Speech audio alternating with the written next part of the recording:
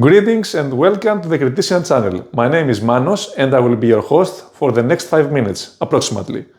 Today, Marvel is at our doorstep once again with the second season of Loki.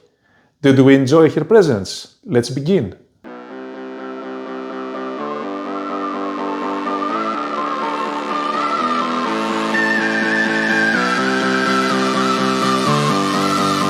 I have to start by saying that the old Marvel still haunts our dreams.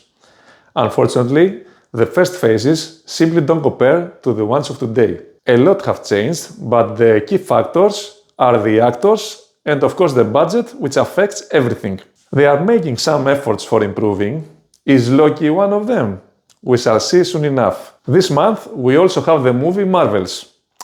I don't sense the excitement anymore. The IMDb gives an 8.2 score on Loki Season 2. Very optimistic, I must add. But okay, we're waiting for the final episode, so you never know. A big objection that is troubling my head about Marvel is that they are hiding the big problems under the carpet. And by that, I mean that they are using optical effects to send the audience from multiverse to multiverse in order to forget everything else. And they do that very intensely. I'm sorry, but this is not possible. The comparison is inevitable and not in Marvel's benefit. Usually in situations like that, the solution is a person, a new character, a new actor in Marvel's universe that will take them by their hand and lift them up to their former glory. Romantic, isn't it? And extremely optimistic. But you tell me, if you have another solution to this problem. Could this character be Doctor Doom? Because as far as Kang concerned... Next. Now let's go to Loki Season 2. In the end of Season 1, we remember Sylvie killing Kang, or at least she thinks she did.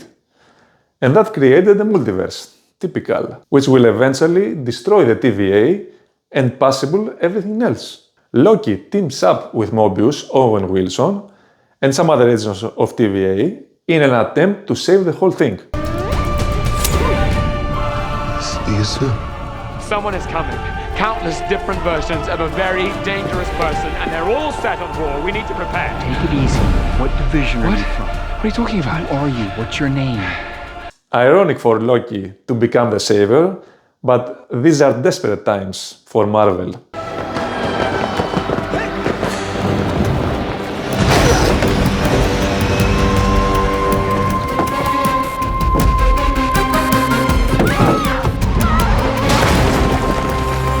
It goes without saying that the road to salvation for Loki will not be an easy one.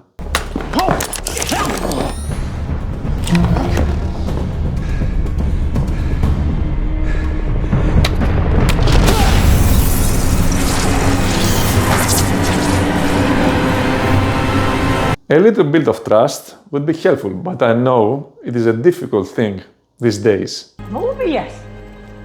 Wow! Great to see you again! Good to see you too. Yeah, Loki, I want to introduce you to... Finally, some teamwork and a friendly face. To what end? With all that's been happening, we'll see. Reunited. 400 years. That's right, yeah. Hey, how are the other guys doing?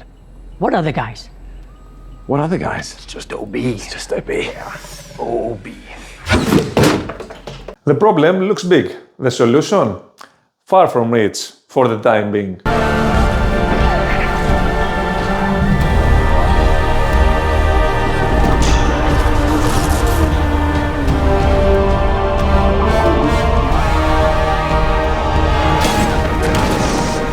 There is hope and there are good moments. For closure, they travel to an earlier age, but I won't take it further. Enough is enough.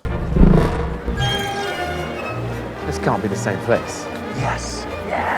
How could I have forgotten? Chicago World's Fair, 1893. the White City, Edison, H.H. Holmes. Yes, hot air balloon. Now, conclusions time. I have to be fair and say that the budget was pretty decent, $140 million.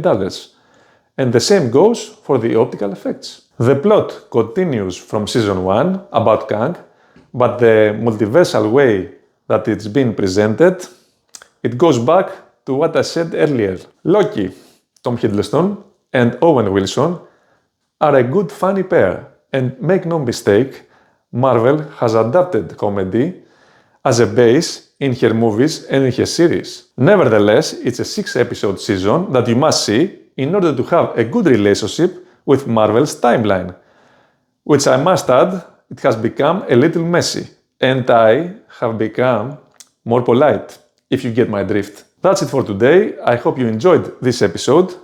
Also, if you like the material you are seeing on this channel, you can support it by clicking the subscribe button, the like button, and also you can share the video. See you soon. Bye bye.